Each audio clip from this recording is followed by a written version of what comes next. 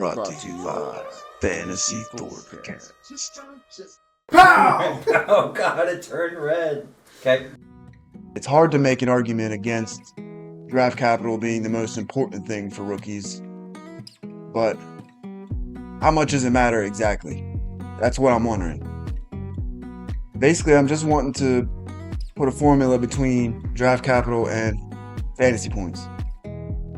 Using some historical data and analytical techniques, trying to estimate the median outcome for the 2025 rookies. We're going to be using data of rookies drafted between 2006 and 2019. Bringing up a scatter plot here first. X-axis, draft capital. Y-axis is going to be points, the first 4 years. Point settings are pretty much regular fantasy PPR. You can see there's a lot of variance. Looks like someone's spilled a bag of skills all over the place. What we can do is make the data, put them into bins, so the trend is a little bit easier to see then. We can put some lines on it. That's regression. And then look at the results. First thing, the p-values are all 0.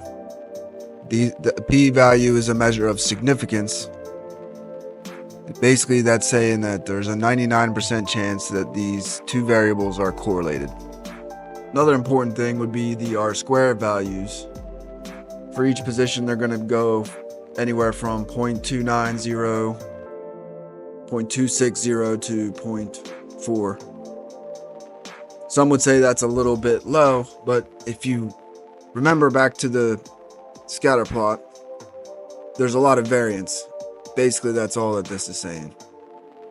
The p-values pretty much tell us that there is a correlation, that the two variables are related, but the R-squared value just is a demonstration of how much variance there is. Now, one of the rules of regression states that the residuals should be independent. In other words, they should be random.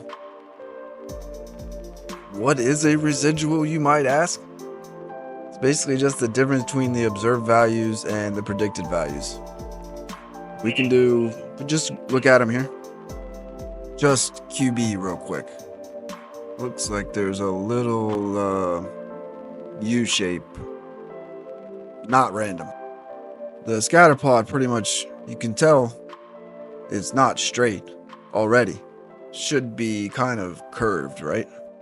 Linear regression is for straight lines though, so what we gotta do is sort of transform the x-axis a little bit. When we do that, you can see it's straight now. Okay. And we can form a line based off of this new transformed axis. Then transform the axis back. When we do that, now it's a curved line. And it looks way better. The rest of the positions too, same thing. And here, we can look at the results again. P-values are all still 0. And actually the R-squared values are all bigger as well. So the log transformed axis is a better predictor all around. But let's not forget that there's still a lot of variance.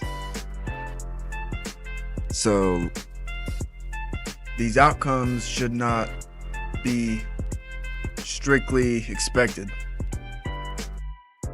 They're more like rough estimates. Basically, the historical average of players drafted around the same spot in the draft.